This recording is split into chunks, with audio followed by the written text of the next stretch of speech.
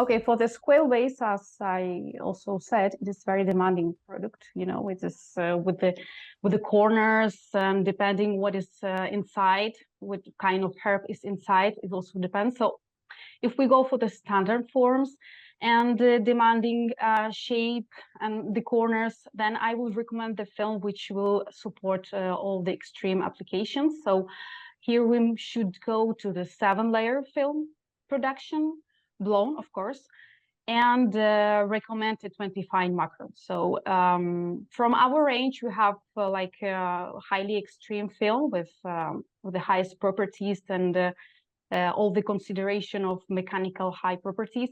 This would be a supercross film.